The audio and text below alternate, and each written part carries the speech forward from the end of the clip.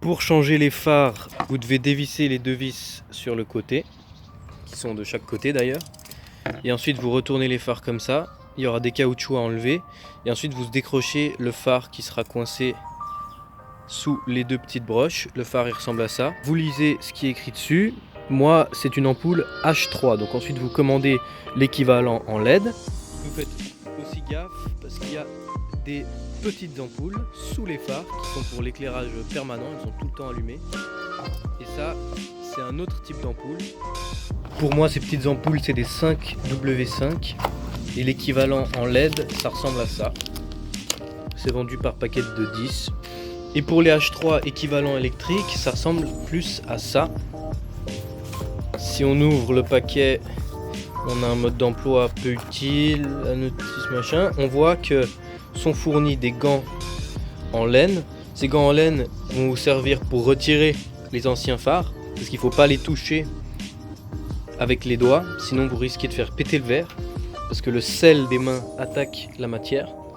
Je sais pas si c'est pareil pour les LED, mais je pense pas. En tout cas, moi de toute façon, je vais que les tenir par la partie en plastique. On peut voir qu'ils sont assez conséquents, assez gros.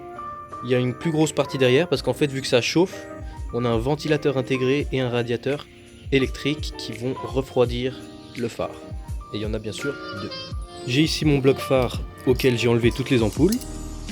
Et je vais venir remplacer par les ampoules à LED. Donc sur les LED on voit qu'il y a deux petites encoches sur le côté, ici une ronde et là une carrée. Le schéma se répète là, en dessus on a un carré, en dessous on a un rond. C'est pour pas se tromper de sens, donc on met bien le carré au-dessus, hop, et on insère la LED, voilà, ça tient comme ça.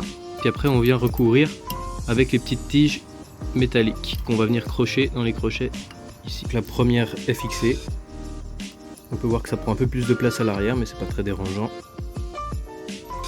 Voilà comment j'ai mis les clips. Ils viennent se pincer à l'intérieur des petits crochets de chaque côté. Et pareil du coup pour l'autre. Ensuite, on va retirer les petits 5W5 soigneusement avec le gant. Voilà à quoi ça ressemble avec les deux petites pattes en dessous. Et on va venir les échanger avec les LED. Pour les LED, pas besoin de gants. On peut voir, c'est un mini circuit imprimé et on vient plugger directement le circuit dans l'ampoule. Donc je sais pas si je vais réussir à filmer ça, mais en gros c'est aussi simple que ça. Et voilà. Maintenant si j'allume, on peut voir que ça fonctionne bien. Pour vous montrer le branchement des gros phares, on peut voir ici que j'en ai branché un, le moteur tourne, on l'entend. Et ils sont vendus bien sûr avec la même connectique que les anciens, donc il suffira juste de brancher les prises sans changer celle de la moto. Les 4 phares, donc les deux petits et les deux gros, sont branchés et tout fonctionne correctement. On peut voir qu'ici c'est le feu du bas qui tourne et pas celui du haut. Et si jamais je passe à celui du haut, c'est l'autre qui se met à tourner et le bas qui s'éteint. Et on peut voir que ça éclaire quasiment mieux, voire totalement mieux.